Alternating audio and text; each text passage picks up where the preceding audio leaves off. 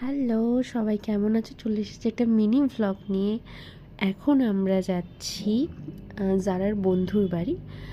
আর যেদিন আমি ভিডিওটা শ্যুট করেছিলাম সেদিন ছিল রাম নবমী, নবরাত্রির পুজো উপলক্ষে। জারার বন্ধুর মা 9টা বাচ্চাকে ইনভাইট করেছিল, মানে কুমারী মেয়েকে কুমারী হিসেবে পুজো করার জন্য। তো অনেক দিন পর আমরা সবাই আবার একসাথে দেখা হলো। আর এখানে জারুকে কখন পা ধুইয়ে আলতা পরিয়ে পুজো করা হয়ে গেছে সেই ভিডিওটা আমি করতেই পারিনি, কারণ অনেক দিন পর সবার সাথে দেখা হলো না, গল্প করতেই ব্যস্ত ছিলাম।